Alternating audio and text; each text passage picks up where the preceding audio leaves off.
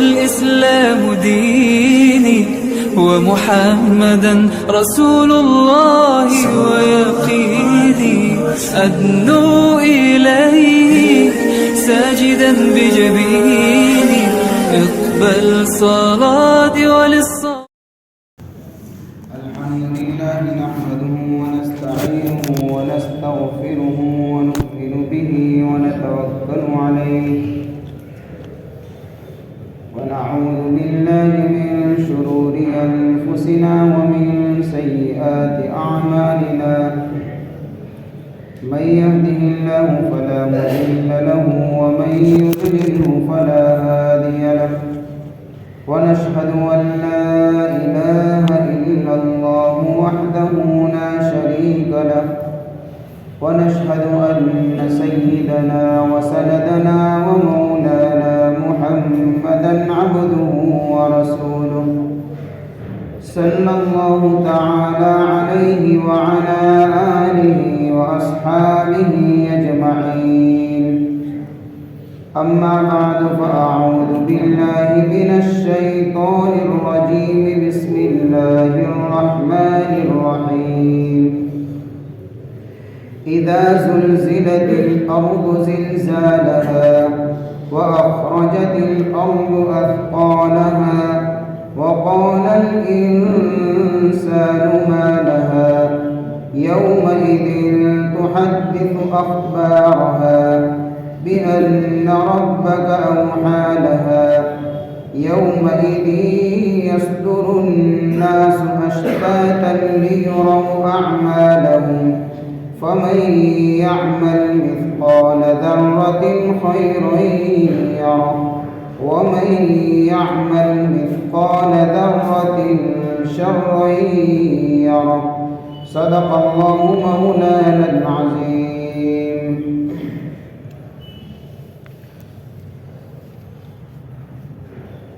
اس سورت کا نام ہے سورۃ الزلزال، جس کو ہم کہتے ہیں اذا زلزلت والی سورت. اللہ تعالیٰ نے اس سورت کے اندر قیامت جب واقع ہوگی اور اس وقت جو زلزلہ برپا ہوگا وہاں کے حالات بیان فرمائے ہیں. اس کی وجہ یہ ہے کہ کفار مکہ کی طرف سے آئے دن سوالات اٹھتے رہتے تھے. مختلف سوالات یہ لوگ کیا کرتے تھے. جب ان کے سامنے قیامت کے حالات بیان کیے جاتے تھے تو اس کے متعلق بھی سوال کرتے تھے. وَيَقُولُونَ مَتَى هَذَا الْوَعْدُ إِن كُنتُمْ صَادِقِينَ. وہ کہتے تھے یہ جس دین کا آپ تذکرہ کرتے ہیں یہ وعدے والا دین اگر تم سچے ہو تو کب ہے، اس کا وقت بتاؤ. کبھی پوچھتے تھے مَتَى هَذَا الْفَتْحُ، یہ فیصلے کا دن کب ہوگا. کبھی کہتے تھے یسألونک عن الساعۃ ایان مرساہا، قیامت کے متعلق وہ آپ سے سوال کرتے ہیں کہ اس کا وقوع کب ہوگا، قیامت کب آئے گا. کسی جگہ پر سوال کیا ایان یوم القیامہ، قیامت کا دن کب ہے. سوالات کیا کرتے تھے کیونکہ وہ قیامت کے منکر تھے، اس بات کو مانتے نہیں تھے، تو بطور اعتراض کے بار بار ان باتوں کو پوچھا کرتے تھے. اور قرآن نے مختلف جگہوں کے اوپر جب سوال کرتے تھے تو اس کے متعلق قرآن پھر اس کا جواب بھی دیتا تھا. ان کے انہی سوالوں کے جوابات دینے کے لیے اللہ نے اس سورت کا نزول فرمایا، جس کے اندر اللہ تعالیٰ نے قیامت کا دین تو نہیں بتایا، قیامت کی تاریخ تو نہیں بتائی، لیکن قیامت جب برپا ہوگی اس وقت کیا منظر بنے گا، کیسے خوفناک مناظر سامنے آئیں گے، ان حالات کو اللہ نے اس سورت میں بیان کیا. قیامت کے دین اور تاریخ کے متعلق تو مسئلہ یہ ہے کہ سوائے رب کے کوئی نہیں جانتا اس کو. قل انما علمها عند ربی، اللہ نے سنا دیا ہے پہلے قرآن کے اندر کہ اس کا علم تو تمہارے رب کے پاس ہے اور کوئی جانتا ہی نہیں ہے۔ حتیٰ کہ حضرت جبرائیل علیہ السلام نے جب قیامت کے متعلق حضور سے پوچھا تھا تو اللہ کے نبی صلی اللہ علیہ وسلم نے بھی یہی کہہ دیا تھا کہ پوچھنے والا اس کے متعلق جتنا علم رکھتا ہے، جس کو پوچھا جا رہا ہے وہ بھی اتنا ہی جانتا ہے۔ یعنی نہ میں جانتا ہوں کب قیامت آئے گی اور نہ آپ پوچھتے ہیں تو نہ آپ کو بھی پتا ہے کہ قیامت کب آئے گی، اس کا علم اللہ کے پاس ہے۔ ہاں، لیکن اللہ نے قیامت کے حالات بیان فرمائے کہ جب آئے گی تو کیا ہوگا، سخت ترین زلزلہ برپا ہوگا۔ اسی مضمون کو اور اسی ٹاپک کو بیان کرنے کے لیے اللہ تعالیٰ نے اس مختصر صورت کو اتارا، جیسے دوسری جگہوں کے اوپر قیامت کے حالات بیان کیے گئے۔ اس صورت کی اہمیت کا اندازہ اس سے لگا سکتے ہیں کہ جب حضور پاک صلی اللہ علیہ وسلم کے اوپر کوئی صورت کا نزول ہوتا، کسی آیت کا نزول ہوتا اور رات کے وقت اگر نزول ہوتا، وہ آیت یا وہ صورت رات کے وقت اترتی، تو حضور پاک صلی اللہ علیہ وسلم کا معمول تھا کہ صبح تک انتظار فرماتے اور صبح کے اندر پھر وہ جو رات میں آیت اتری ہے وہ صحابہ کو اس وقت سنا دیتے صبح میں۔ لیکن تفسیر عزیز محضر شاہ عبدالعزیز محدث دہلوی رحمۃ اللہ علیہ نے لکھی ہے یہ بات کہ جب اس صورت کو اللہ نے اتارا، یعنی اذا زلزلت والی صورت جب اتری تو یہ صورت رات کا کچھ حصہ گزر جانے کے بعد اتری۔ حضور پاک صلی اللہ علیہ وسلم نے اس صورت کو سنانے کے لیے عام معمول کے مطابق صبح کا انتظار نہیں کیا ہے، اسی وقت صحابہ کو جمع کیا، فوراً اس صورت کو سنایا ہے تاکہ حالات سامنے آئے کہ کتنے یعنی کہ بھیانک حالات ہو قیامت کے، چاہے دین متعین نہیں ہے، چاہے تاریخ متعین نہیں ہے، لیکن مناظر بڑے کٹھن ہیں۔ اس کی فضیلت کے بارے میں آتا ہے، ایک مرتبہ حضور پاک صلی اللہ علیہ وسلم نے کسی آدمی سے پوچھا کہ بھئی تم نے نکاح کر لیا؟ تو انہوں نے کہا یا رسول اللہ صلی اللہ علیہ وسلم میں نے نکاح نہیں کیا ہے۔ اس کی وجہ یہ ہے کہ نکاح اور شادی کے اندر جس سامان کی اور چیزوں کی ضرورت پڑتی ہے وہ چیزیں ہی میرے پاس نہیں ہیں، لہذا میں نکاح کیسے کروں، میں شادی کیسے کروں؟ تو حضور صلی اللہ علیہ وسلم نے ان سے پوچھا قل هو اللہ والی صورت یاد ہے؟ کہ ہاں وہ تو یاد ہے کہ 1/3 قرآن تو ہے تیرے پاس۔ پھر پوچھا اذا جاء نصر اللہ والی صورت یاد ہے؟ تو اس آدمی نے کہا کہ وہ بھی یاد ہے کہ 1/4 قرآن یہ ہو گیا۔ پھر پوچھا کہ قل هو اللہ قل یا ایھا الکافرون والی صورت یاد ہے؟ کہ ہاں یاد ہے کہ 1/4 قرآن ہو گیا۔ پھر حضور نے پوچھا اذا زلزلت والی صورت یاد ہے؟ کہ وہ یاد ہے، یہ بھی 1/4 قرآن ہو گیا، نکاح کر لے، نکاح کر لے، 2 مرتبہ۔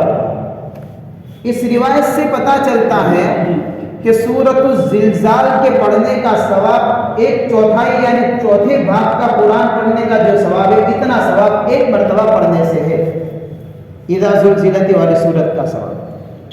ایک دوسری روایت میں آیا حضور پاک صلی اللہ علیہ وسلم نے فرمایا کہ اذا زلزلت والی سورت کا ثواب یعنی اس کے پڑھنے کا ثواب آدھے قرآن کے برابر ہے، نصف قرآن کے برابر ہے۔ قل هو اللہ کا ثواب 1/4 قرآن کے برابر ہے، اور قل یا ایھا الکافرون کا اجر 1/4 قرآن کے برابر ہے۔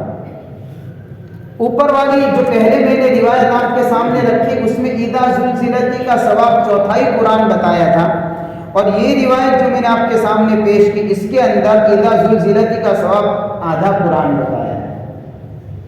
اس کی وجہ یہ ہے کہ قرآن کے اندر جن مضامین کو اللہ نے بیان فرمایا ہے ان مضامین کی تقسیم الگ الگ اعتبار سے مفسرین کرتے ہیں۔ اگر قرآن کے مضامین کو 4 حصوں میں تقسیم کیا جائے کہ قرآن کا ایک مضمون تو زندگی کے متعلق ہے، قرآن کا ایک مضمون موت کے متعلق ہے، قرآن کے مضمون کا ایک حصہ حشر کے متعلق ہے، قرآن کے مضمون کا ایک حصہ حساب کتاب کے متعلق ہے۔ تو اس صورت کے اندر اللہ نے حساب کتاب کو بیان فرمایا ہے۔ اس تقسیم کو دیکھیں گے تو سورۃ الزلزال کے پڑھنے کا ثواب چوتھائی قرآن کے برابر ہوگا، اس لیے کہ قرآن کے مضامین کی تقسیم 4 طرح سے ہوگی۔ اور اگر اس کی تقسیم کا انداز بدل دیں گے تو دوسری تقسیم اس اعتبار سے مفسرین نے کی ہے کہ اللہ نے قرآن کے اندر 2 طرح کے حالات بیان فرمائے ہیں، ایک دنیاوی حالات کا ذکر ہے، ایک اخروی حالات کا ذکر ہے۔ تو اس صورت کے اندر اللہ نے آخرت کے حالات کو بیان فرمایا ہے۔ اس کو دیکھیں گے تو سورۃ الزلزال کے پڑھنے کا ثواب 50% یعنی نصف قرآن کے برابر ہو جائے گا۔ تو چاہے جو بھی ہو، چوتھائی قرآن ہو تو بھی فضیلت سے خالی نہیں، نصف قرآن ہو تو بھی فضیلت سے خالی نہیں۔ سب سے بڑی خصوصیت اس سورت کی یہ ہے کہ اس سورت کے اندر آخر کے اندر جو 2 آیتیں آتی ہیں، فَمَن يَعْمَلْ مِثْقَالَ ذَرَّةٍ خَيْرًا يَرَهُ وَمَن يَعْمَلْ مِثْقَالَ ذَرَّةٍ شَرًّا يَرَهُ، اس آیت کے متعلق حضور کا فرمان ایک حدیث پاک کے اندر آیا ہے، هَذِهِ الْآيَةُ الْجَامِعَةُ الْفَاضَّةُ، یہ جملہ ارشاد فرمایا اللہ کے نبی نے کہ یہ ایسی آیت ہے، یعنی فَمَن يَعْمَلْ مِثْقَالَ ذَرَّةٍ خَيْرًا يَرَهُ اور شَرًّا يَرَهُ والی آیت، یہ ایسی آیتیں ہیں کہ آیت سارے مضامین کو جمع کرنے والی ہے اور ایک منفرد آیت ہے۔ اس لیے مفسرین بیان فرماتے ہیں کہ آخری 2 آیتیں پورے دین کا خلاصہ ہے، ایسی جامع آیت ہے۔ کیسے پورے دین کا خلاصہ بنے گی کہ ایک آیت میں بیان کیا اللہ نے ذرہ برابر بھی نیکی ہوگی، خیر ہوگی، اس کو بھی کھولا جائے گا، اور باریک سے باریک شر ہوگا اس کو بھی ظاہر کیا جائے گا۔ خیر کس کو کہیں گے؟ قرآن کہتا ہے وَمَا آتَاكُمُ الرَّسُولُ فَخُذُوهُ، رسول جو دے اس چیز کو لینے کا نام خیر۔ وَمَا نَهَاكُمْ عَنْهُ فَانْتَهُوا، رسول جس چیز سے روکے اس چیز سے رکنا، یہ وہ چیز وہ شر ہے اس لیے روکا۔ تو رسول کے فرامین اگر کرنے کا حکم ہے تو وہ خیر ہے، اور اگر حضور کا فرمان رکنے کا حکم ہے تو وہ چیز شر ہے۔ اور نبی کریم صلی اللہ علیہ وسلم اور دیگر انبیاء بھی حضور پاک صلی اللہ علیہ وسلم کو جن صفات سے نوازا ہے ان ساری صفتوں کا خلاصہ دیکھیں گے تو پیغمبر کی 2 صفتیں بطور خلاصے کے سامنے آتی ہیں۔ پیغمبر کی ایک صفت بشیر ہونا ہے، کسی کو بشارت دینا، جیسے ایمان والوں کو خیر قبول کرنے کی وجہ سے بشارت سنانا، اور نذیر من الشر، اور نافرمانوں کو شر سے ڈرانا تاکہ وہ لوگ شر سے بچ جائے۔ یہ پیغمبر کی ساری صفتوں کا خلاصہ ہے کہ جس چیز کی طرف پیغمبر بلائے گا وہ چیز خیر ہوگی، جس چیز سے پیغمبر ڈرائے گا وہ چیز شر ہوگی۔ خیر کو قبول کرے گا، آخرت میں 2 ہی ٹھکانے ہیں، وہ جنت میں جائے گا۔ شر کو اگر قبول کرے گا، اس کو اپنا لے گا تو اس کا ٹھکانہ جہنم ہے، وہ جہنم میں جائے گا۔ تو اللہ نے اسی خیر اور اسی شر کو اس آیت میں بیان کیا ہے، جو پوری شریعت کا خلاصہ ہے، پورے قرآن کا خلاصہ۔ یہ بہت بڑی خصوصیت ہے اس سورت کی کہ اللہ تعالیٰ نے ان 2 آیتوں کے اندر خیر کے نام سے اور شر کے ذکر فرما کر پوری شریعت کو گویا کہ بطور خلاصے کے، پورے دین کو بطور خلاصے کے بیان فرما دیا ہے۔ خیر یہ تو کچھ تمہیدی باتیں تھی جو میں نے آپ کے سامنے رکھی۔ میں نے بتایا کہ اس آیت کے اندر اللہ تعالیٰ نے قیامت کے خوفناک منظر کو بیان فرمایا ہے، اس لیے اللہ فرماتے پہلی آیت کے اندر اذا زلزلت الارض، اس کا ترجمہ سن لے، اذا زلزلت الارض، جب زمین کو ہلایا جائے گا، زلزالہا سخت ترین ہلانا، واخرجت الارض، زمین نکال دے گی، اثقالہا اپنے بوجھ کو، وقال الانسان ما لہا، انسان کہے گا اس کو کیا ہو گیا، یومئذ تحدث اخبارہا، اس دن بیان کرے گی زمین اپنی خبریں، اپنے حالات جو اس کے اوپر جو آئے ہیں آج تک جس نے جو کیا ہے وہ ساری خبریں بیان کرے گی زمین. بِأَنَّ رَبَّكَ أَوْحَىٰ لَهَا، اس وجہ سے کہ آپ کے رب نے اس کو اس کا اشارہ کیا ہے. يَوْمَئِذٍ يَصْدُرُ النَّاسُ، اس دن لوگ ہو جائیں گے اشتاتاً متفرق، گروہ گروہ، جماعت در جماعت.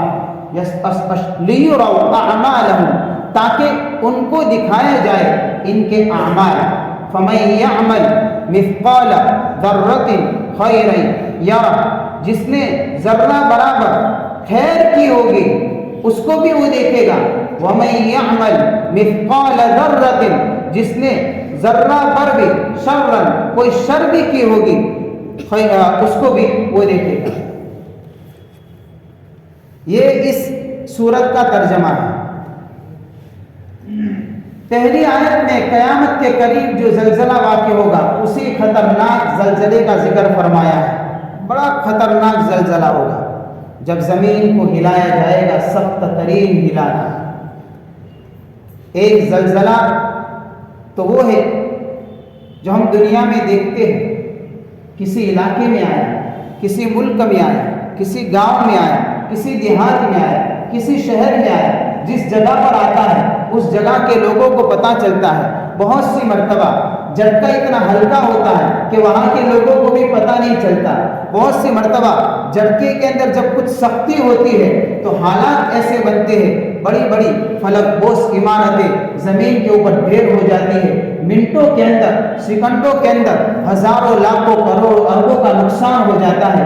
ایک زلزلہ تو وہ ہے جو ہم دیکھتے ہیں. اللہ نے اس آیت کے اندر جس زلزلے کا ذکر فرمایا ہے اس آیت کے اندر یہ چھوٹے موٹے زلزلوں کا ذکر نہیں ہے. یہ آیت کہتی ہے اذا زلزلت الارض زلزالها، پوری روئے زمین کو جب سخت طریقے سے ہلایا جائے گا. یہ کسی خاص علاقے میں نہیں آئے گا، پوری زمین کو اللہ ہلا کے رکھ دیں گے. اس کا کیا نتیجہ نکلے گا؟ ایک جگہ کے اوپر اللہ تعالیٰ نے اس زلزلے کے بارے میں ذکر فرمایا قرآن پاک کے اندر. یا ایھا الناس اتقوا ربکم ان زلزلۃ الساعۃ شیء عظیم. اے لوگو اپنے رب سے ڈرو، بے شک قیامت کا زلزلہ بڑی خطرناک چیز ہے، بڑی عظیم چیز ہے، بہت بڑا واقعہ ہے. یوم ترونها تذهل كل مرضعة عما أرضعت وتضع كل ذات حمل حملها وترى الناس سكارى وما هم بسكارى ولكن عذاب الله شديد. کیسا زلزلہ ہو؟ قرآن اس کی کیفیت بیان فرماتا ہے، اس وقت کے حالات بیان فرماتا ہے. یہ کسی خاص زمین کے ٹکڑے پر نہیں آئے گا، یہ پوری ہوئی زمین کے اوپر پھیلے گا زلزلہ. کیسا ہوگا زلزلہ؟ اس وقت یعنی جب یہ زلزلہ برپا ہوگا، قیامت کا زلزلہ جب آئے گا تو لوگوں کو دیکھیں گے دودھ پلانے والی عورتیں اپنے دودھ پیتے بچے کو بھول جائے گی. ماں کے دل میں سے وہ ممتا کے جو نعرے لگائے جاتے تھے یہ بھی ختم ہو جائے گا. عورت سب کچھ برداشت کرتی ہے لیکن اپنے بچے کے ساتھ میں جو محبت ہوتی ہے وہ کسی بھی حال میں بچے کو چھوڑتی نہیں، جیسے بھی حالات آ جائیں. لیکن یہ تو ایسے حالات ہوں گے کہ دودھ پلانے والی عورتیں اپنے دودھ پیتے بچوں کو بھول جائیں گے. یوم ترونها تذهل كل مرضعة عما أرضعت، ایک تو یہ ہوگا. وتضع كل ذات حمل حملها، اور کیا ہوگا؟ حمل والی عورتیں ایسی دہشت پھیل جائے گی، ایسے حالات بن جائیں گے، ایسی گھبراہٹ چھا جائے گی، حمل والی عورتوں کا حمل بھی گر جائے گا، وقت سے پہلے ہی سب کچھ ختم ہو جائے گا. وَتَضَعُ كُلُّ ذَاتِ حَمْلٍ حَمْلًا، اور کیا ہوگا؟ وَتَرَى النَّاسَ سُكَارَى وَمَا هُمْ بِسُكَارَى وَلَكِنَّ عَذَابَ اللَّهِ شَدِيدٌ. اور لوگوں کو دیکھیں گے، سارے لوگوں کے عقل اور حواس اڑ جائیں گے، سب مدہوشی کے عالم میں چلے جائیں گے۔ قرآن کہتا ہے ایسے نظر آئیں گے جیسے نشے میں چلے گئے ہیں، لیکن یہ نشہ نہیں ہوگا، یہ قیامت کے زلزلے کا اثر ہوگا۔ وما هم بسکارا، وہ نشے میں نہیں ہوں گے، ولکن عذاب اللہ شدید، یہ اللہ کا عذاب ہوگا جو بہت ہی سخت ترین ہوگا۔ سب لوگوں کے عقلیں، سب لوگوں کے دماغ، سب لوگوں کے ہوش و حواس، سب کچھ ختم ہو جائے گا، کوئی کسی کو پہچانے گا، عجیب و غریب مدہوشی کا عالم ہوگا۔ یہ وہ زلزلہ ہے، قیامت کا زلزلہ، اس کیفیت کا آئے گا، اور ایسا زلزلہ 2 مرتبہ ہے۔ جب پہلی مرتبہ سور پھونکا جائے گا تب زلزلہ آئے گا، تو کیا ہوگا؟ پہلا زلزلہ جب آئے گا، قرآن کہتا ہے اذا الشمس كورت واذا النجوم انكدرت، یہ حالات ہے۔ پہلی مرتبہ جب زلزلہ آئے گا، آسمان، چاند، سورج، ستارے سب فنا ہو جائے گا، سب ٹوٹ پھوٹ جائے گا، انسان مر جائیں گے، جاندار مر جائیں گے، ساری مخلوقات ختم ہو جائے گی، حتیٰ کہ فرشتے بھی فنا ہو جائیں گے، رب العالمین کی ذات ہی صرف باقی رہے گی۔ اللہ اعلان کرے گا لمن الملک اليوم، بتاؤ آج کس کی حکومت ہے؟ او دنیا کے بادشاہوں، او دنیا میں حکومت کرنے والوں، جو اپنا پاور دکھاتے تھے، اپنی سلطنت پر جو غرور کیا کرتے تھے، بتاؤ پوری دنیا فنا ہو جائے، کوئی نہیں ہوگا، کون جواب دے گا؟ رب خود سوال کریں گے، رب خود ہی جواب دیں گے۔ لمن الملک اليوم، کس کی حکومت ہے بتاؤ؟ دنیا کے بادشاہ چلے کہاں چلے گئے؟ اللہ فرمائیں گے للہ الواحد القہار، ایک اللہ کی حکومت ہوگی جو صرف قہر والا ہے، یعنی اللہ کی ایک صفت ہے قہر ہے، اللہ کا قہر، اللہ کا غضب، اللہ کا جلال، یہ خود اللہ جواب دیں گے۔ ایک زلزلہ تو یہ ہوگا کہ جب یہ زلزلہ آئے گا، پہلا سور پھونکا جائے گا، ایسی خاموشی چھائی ہوگی، کوئی جواب دینے والا بھی نہیں ہوگا۔ اللہ جب سوال کریں گے تو رب خود جواب دیں گے اپنے سوال کا۔ ایک زلزلہ تو یہ ہے۔ دوسرا زلزلہ کہ پھر ایک مدت تک خاموشی چھائی رہے گی، اس کے بعد اللہ تعالیٰ حضرت اسرافیل علیہ السلام فرشتوں کو بھی زندہ کریں گے، حضرت اسرافیل کو بھی دوبارہ حیات ہوگی، یعنی کہ زندہ کریں گے، پھر سور پھونکا جائے گا، جو دوسری مرتبہ سور پھونکا جائے گا، تو اس وقت جو زلزلہ آئے گا یہ بھی بڑا خطرناک اور بھیانک زلزلہ ہوگا۔ اس آیت کے اندر اسی دوسرے زلزلے کا ذکر ہے، اذا زلزلت الارض زلزالها، جب زمین کو سخت ہلایا جائے گا، یعنی دوسری مرتبہ جب سور پھونکا جائے گا تو کیا ہوگا؟ واخرجت الارض اثقالها، کیا ہوگا؟ زمین اپنے بوجھ کو نکال باہر کرے گی، سارے کے سارے زمین کے اندر چھپے خزانے، ایسی زمین الٹ پلٹ ہو جائے گی کہ خزانے نکل جائیں گے، سونا چھپا ہوا ہے، چاندی چھپی ہوئی ہے، پیٹرول ہے، قسم قسم کے تیل ہے، ڈیزل ہے، الگ الگ طرح کی گیس ہے۔ ایک زمانہ تھا کسی کو پتا نہیں تھا کہ اندر کیا کیا خزانہ ہے، زمانہ ترقی کرتا چلا گیا، اندر کے خزانے تک پہنچتا چلا گیا۔ آج اگر کسی کو پیٹرول نکالنا، ڈیزل نکالنا ہو یا دوسری قسم کی چیزیں نکالنا ہو تو پتہ نہیں کیسی کیسی مشینریوں کی ضرورت پڑتی ہے۔ اس کے بعد یہ ساری چیزوں کو بڑی محنتوں کے بعد، بڑی مشقتوں کے بعد حکومتیں اور اس طریقے سے یہ ساری چیزیں نکالی جاتی ہے۔ اللہ فرماتے ہیں وہ قیامت کا زلزلہ ایسا خطرناک ہوگا، وہاں مشین کی ضرورت نہیں پڑے گی، وہاں اللہ کی طرف سے آیا ہوا جھٹکا بھی ایسا ہوگا کہ پوری زمین اس طریقے سے الٹ جائے گی کہ سارے کے چھپے خزانے بے اختیار اس انداز سے باہر آ جائیں گے کہ آدمی کو احساس نہیں ہوگا۔ مردے بھی باہر آ جائیں گے، دفینے بھی آ جائیں گے، خزینے بھی آ جائیں گے، ساری چیزیں آ جائیں گی۔ وَأَخْرَجَتِ الْأَرْضُ أَثْقَالَهَا، اللہ کے نبی صلی اللہ علیہ وسلم نے حدیث پاک میں ارشاد فرمایا تَقِيءُ الْأَرْضُ أَفْلَادَ كَبِدِهَا، یہ روایت ہے. زمین قے کرے گی. انسان حیوان جس طریقے سے قے ہوتی ہے نا آدمی کو، اس کو بھی جب بد ہضمی ہو جاتی ہے یا پیٹ خراب ہو جاتا ہے، اندر کا سسٹم جب بگڑتا ہے تو آدمی قے کر لیتا ہے. تو اس طریقے سے اللہ کے نبی نے فرمایا تقیء الارض افلاد کبیرہا، زمین کا سسٹم بھی بگڑے گا، اس کی بھی صلاحیت ختم ہو جائے گی، تو زمین بھی قے کرے گی. تو زمین قے کرے گی تو کیا نکلے گا؟ سونے چاندی کے ستون نکلیں گے، پہاڑ کے پہاڑ نکلیں گے. چھوٹی چھوٹی چیزیں نہیں. استوان کا ہے حدیث کے اندر کہ زمین کے سونے اور چاندی کے ستون اور پتہ نہیں کیا سے کیا ڈھیر الگ الگ قسم کے خزانے کے نکلتے چلے جائیں گے. کیوں نکالے گا؟ اس کی وجہ یہ ہے کہ اس لیے نکالے گا تاکہ دنیا والے آج دیکھے جس مال کے پیچھے ہم بھاگے تھے آج اس مال کی حالت کیا ہے. اس لیے روایتوں میں آیا چوری کرنے والا چور آئے گا، جس کا ہاتھ کاٹا گیا تھا نا دنیا میں رہتے ہوئے، چوری کی سزا ہاتھ کاٹنا ہے شریعت کے اندر جو سزا مقرر کی ہے.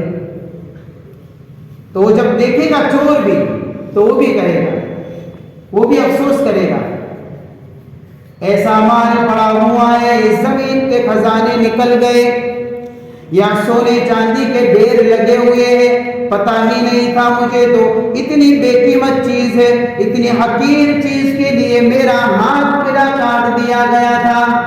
تب پتہ چلے گا کتنا بے قیمت ہے سامان. قتل کرنے والا آئے گا، وہ بھی جب منظر دیکھے گا تو قتل کرنے والا بھی بول اٹھے گا میں نے اپنے آپ پر کتنا بڑا ظلم کر دیا کہ ایسے بے قیمت مال کے لیے میں نے ناحق خون بہا دیا. آج سارے کا سارا ڈھیر لگا ہوا ہے، کوئی دیکھنے کے لیے تیار نہیں ہے، کوئی اٹھانے والا نہیں ہوگا، اس کو کوئی لینے والا نہیں ہوگا، کوئی دیکھنے والا نہیں ہوگا.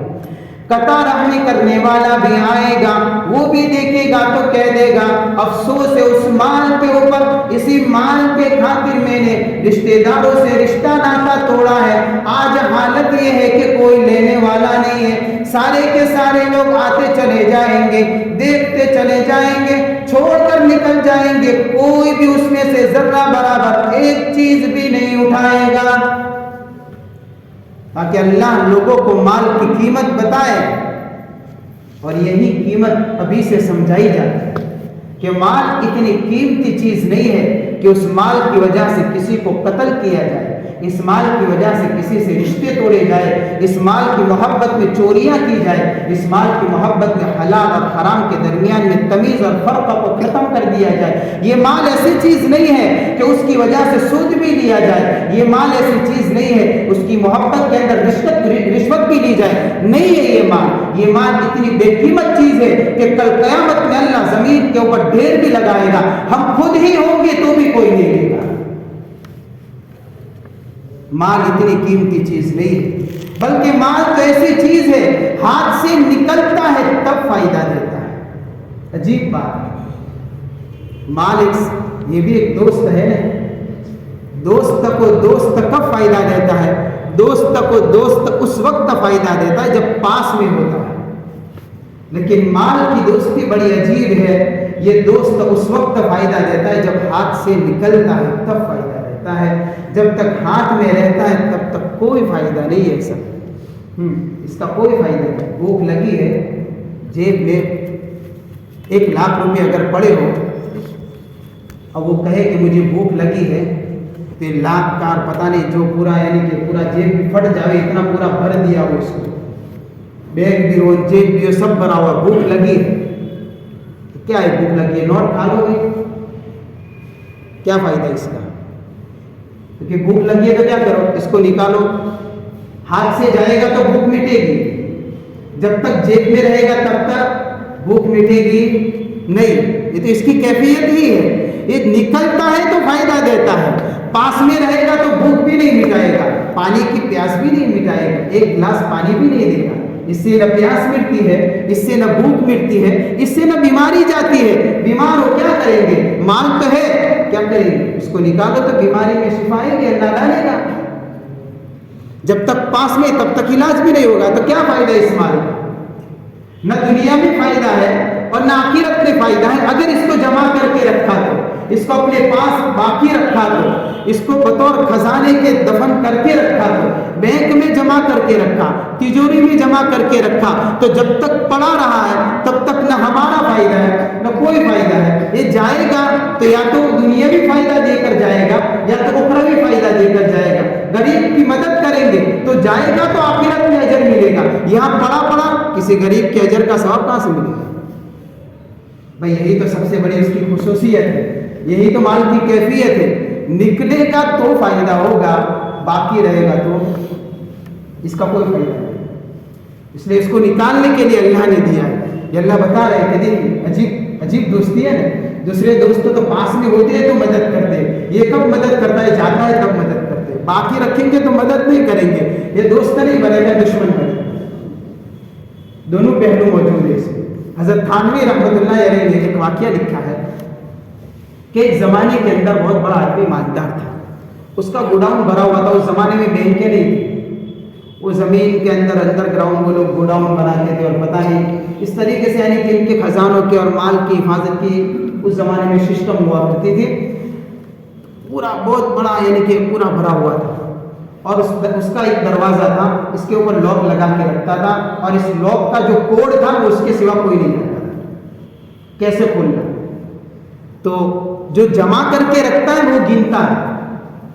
الذی جمع مالا وعدد، قرآن کہتا ہے مال جمع کر کے رکھے گا تو وہ گنے گا، اور جو دے گا نہیں تو اس کو پتا ہے کہ مجھے تو دینا ہے تو وہ دیتا رہے گا. گننا یہ نشانی ہے کہ اس کو جمع کر کے رکھنا ہے، یہ علامت ہے. اس لیے قرآن نے دونوں کو ساتھ میں بیان کیا ہے، جمع بھی کرتا ہے گنتا بھی. الذی جمع مالا وعدد. تو ایک مرتبہ وہ بھی گیا اپنے گوڈاؤن میں. آج دیکھیں کتنی نوٹ ہو گئی، کتنے سونا، یعنی کہ وہ اس کے وہ سونے کے سکے وغیرہ جو بھی ہوتے تھے، چاندی ہیرے جواہر، آج کہاں تک پہنچا. اتفاق ایسا کہ اندر اپنے گوڈاؤن میں گیا، لاک ہو گیا دروازہ. کوڈ تو اس کے سوا کسی کو پتا نہیں تھا کہ کون کھولے گا. ابھی اندر چیختا ہے، سونا پڑا ہوا ہے، پیسے پڑے ہوئے، ہیرے جواہرات پڑے ہوئے، ساری چیزیں پڑے ہوئے، کھانا نہیں ہے. اب بھوک لگی، 1 دن برداشت کرے گا، 2 دن برداشت کرے گا، 3 دن پیاس لگی، کیا کرے گا؟ اب بھوک لگی ہے، بھوک کو مٹانے کے لیے یہ پورا بھرا ہوا خزانہ کیا کام کرے؟ تڑپ تڑپ کر مر جاتا ہے. یہ سارا کا سارا خزانہ اس کی بھوک کو مٹا نہیں سکتا ہے. یہ ہے، یہ مال کی کیفیت ہے، یہ مال کی حالت ہے. باقی رکھیں گے کوئی فائدہ نہیں، اگر نکال دیں گے تو یا تو دنیاوی فائدہ ہوگا یا تو اخروی فائدہ ہوگا. اسی لیے اللہ تعالیٰ نے اس آیت کے اندر یہ بیان فرمایا تاکہ لوگ سمجھے وَأَخْرَجَتِ الْأَرْضُ أَثْقَالَهَا. جب زمین اپنے بوجھ کو نکالے گی تو جب بوجھ نکلے گا تو پتہ چلے گا اس مال کی یہ قیمت آج جو ہمارے سامنے کھل کر آئی، اس کے پیچھے ہم نے اتنے بھاگ دوڑ کے اتنے تھکے، لیکن آج اس کی کوئی قیمت نہیں، کوئی ویلیو نہیں. وَقَالَ الْإِنسَانُ مَا لَهَا. اس وقت تک کافر انسان کہے گا.